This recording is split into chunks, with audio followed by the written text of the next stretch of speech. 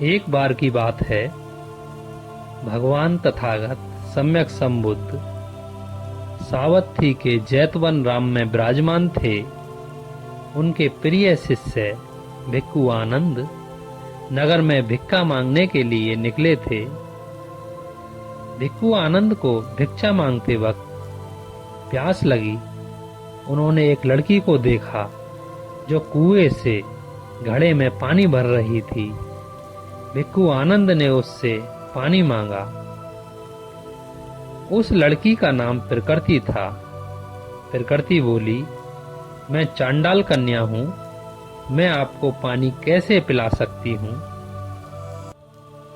इसका उत्तर देते हुए भिक्खु आनंद ने कहा कि मैंने तुम्हारी जाति नहीं पूछी है, मैंने तो तुमसे केवल पानी मांगा है। मैं भगवान बुद्ध का शिष्य हूँ और हमारा धम्म जात पात की सीमाएं लांघ चुका है।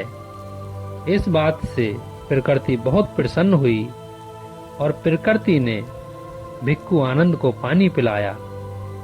आनंद पानी पीकर तो वहां से चले गए, लेकिन इस जलदान का परिणाम यह हुआ कि प्रकृति आनंद को अपना दिल दे बैठी और उसने संकल्प किया कि अगर वह विवाह करेगी तो केवल भिक्खु आनंद से ही करेगी।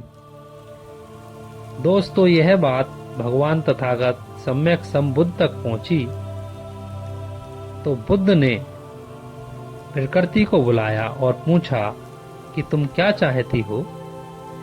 तुमको आनंद के कौन से हिस्से से प्यार है? लड़की बोली, मैं आनंद की नाक से प्यार करती हूँ, मैं उसके मुंह से प्यार करती हूँ, मैं उसके कानों से प्यार करती हूँ, मैं उसकी आवाज से प्यार करती हूँ, मैं उसकी आंखों से प्यार करती हूँ, मैं उसकी चाल से प्यार करती हूँ, मुझे उसका एक एक अंग प्रिय है।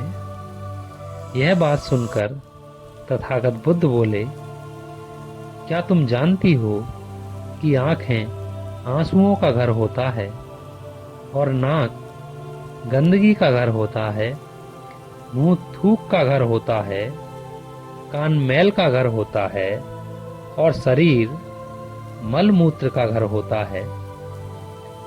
जब स्त्री पुरुष सहवास करते हैं तो वे बच्चों को जन्म देते हैं, लेकिन जहाँ जन्म है वहीं मृत्यु भी है और जहाँ मृत्यु है वहाँ दुख भी है।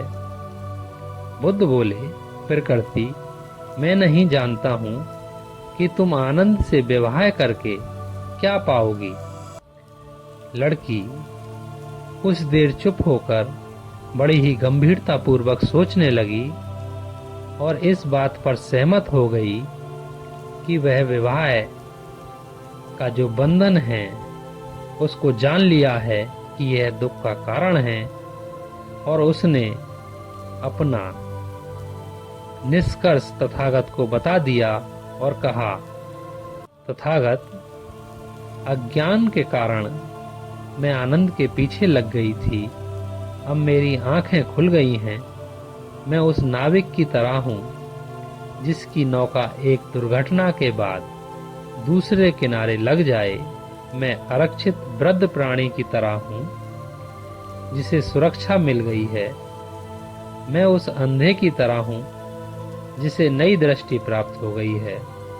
तथागत बुद्ध, आपने अपनी प्रज्ञा भरी शिक्षा से मुझे निद्रा से जगा दिया है।